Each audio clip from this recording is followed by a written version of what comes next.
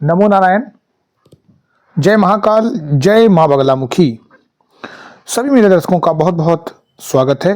आशा करता हूँ आप सभी लोग स्वस्थ होंगे, आपकी आध्यात्मिक उन्नति आगे बढ़ रही होगी।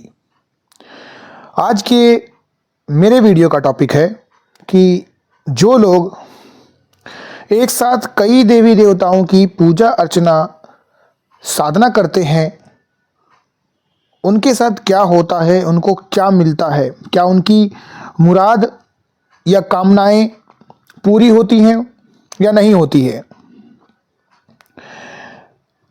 मैंने बहुत जगह ये कमेंट देखे हैं कि गुरुजी मैं हनुमान चालीसा करता हूँ, उसके बाद हनुमान जी का बजरंग बाण करता हूँ, फिर सुंदरकांड करता हूँ, फिर मैं माँ दुर्गा के भी मंत्र करता हूँ, फिर मैं कान्हा जी को भोग लगाता हूँ, उनके मंत्र जाप करता हूँ, गणेश जी की स्तुति करता हूँ, नौ ग्रहों का कवच करता हूँ, चालीसा करता हूँ, फिर मैं काली माँ की भी पूजा करता हूँ।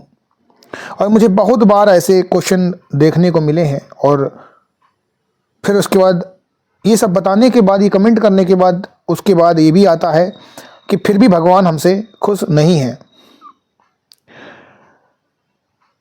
अब अगर एक तरीके से देखा जाए तो इतना सब करने के बाद भी अगर आपको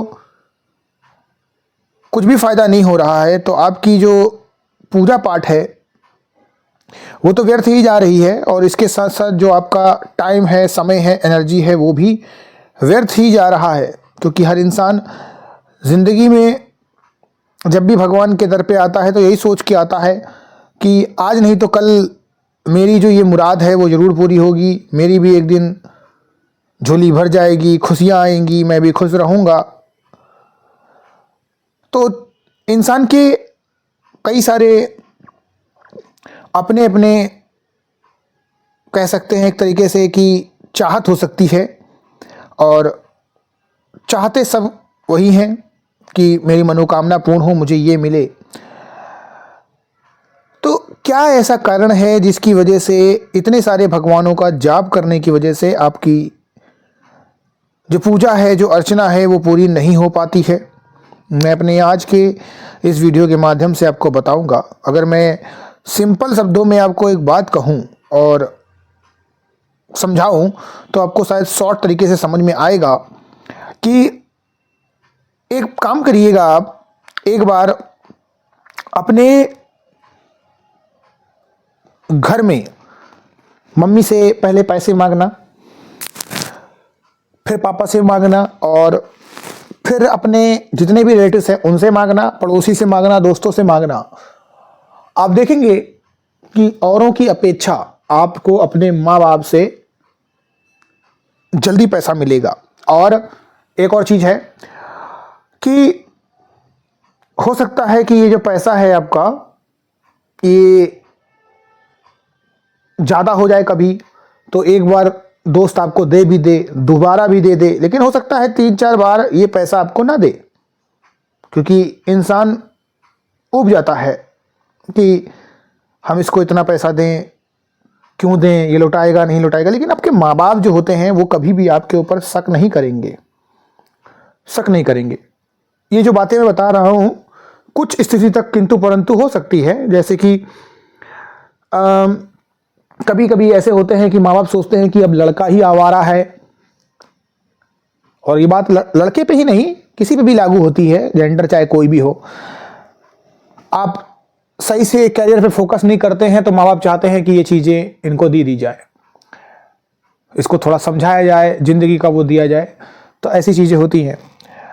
तो मैं यही कहना चाह रहा हूँ आपसे कि आपको औरों की अपेक्षा उनसे जल्दी मिल जाएगी। इसी तरीके से कुंडली में आपके एक ईष्ट होते हैं। ईष्ट वो भगवान होते हैं जिनको आप पुकारते हैं। अब देखिए, बात समझिएगा कि आपको कैसे पता चलेगी आपके कौन ईष्ट है। एक तरीका ये होता है कि जब अगर आपको कुंडली देखनी आती है या नहीं आती है तो आप दिखवा लीजिए, और अगर आती है तो आप गूगल में बहुत सारे प्ले स्टोर में ऐसे ऐप हैं जहां से आप कुंडली देख सकते हैं।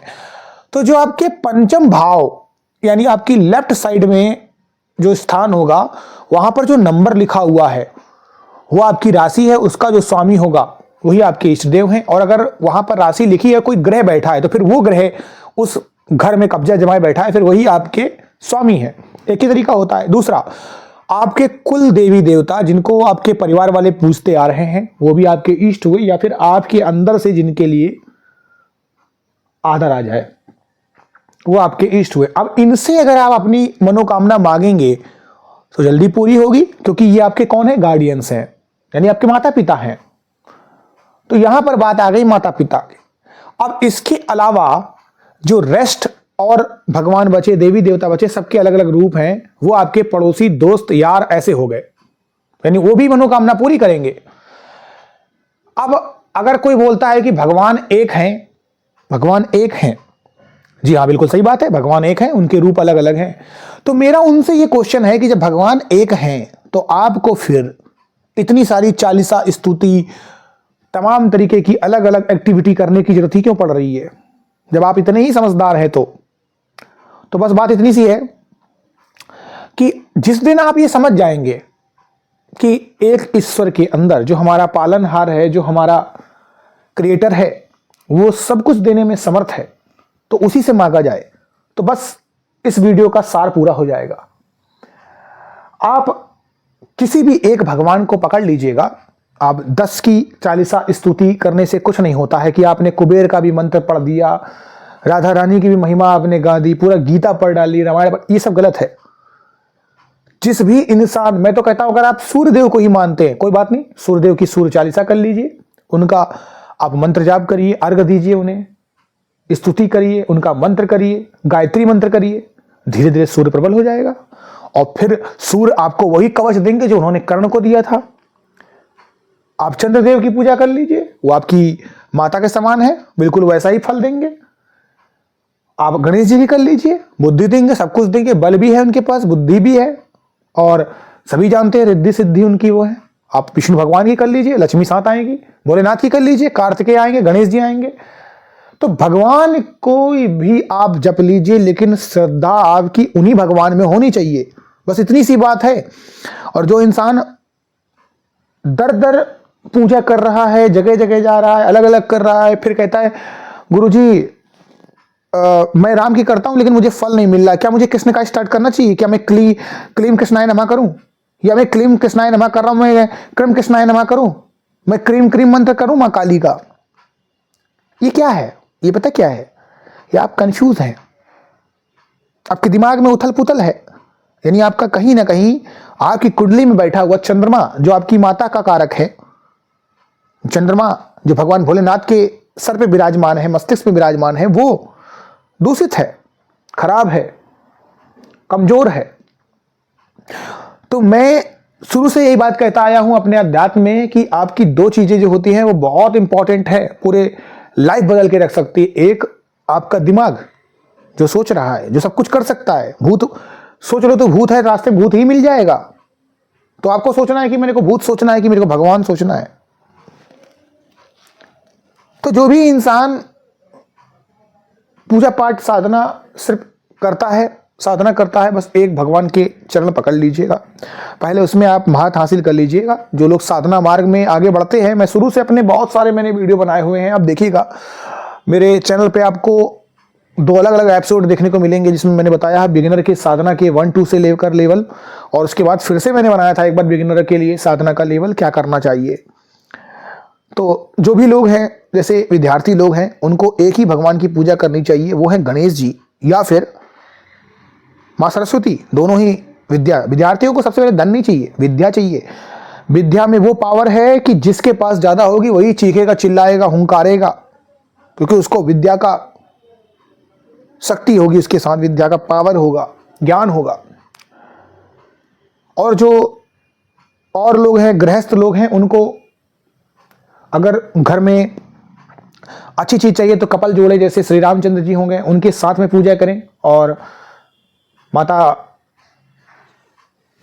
राधा जो हैं उनके साथ में श्री कृष्ण की पूजा करें, भगवान शिव और पार्वती करें। और वैसे लोग जो तंत्र मंत्र में हैं वो लोग शुरुआत पहले गणेश जी से करें, फिर उसके बाद भगवान विष्णु से करें, उसके बाद माँ दुर्गा की करें, फिर माँ काली में जाएं, इस तरीके से करें, धीरे धीरे आपको सफलता मिलेगी।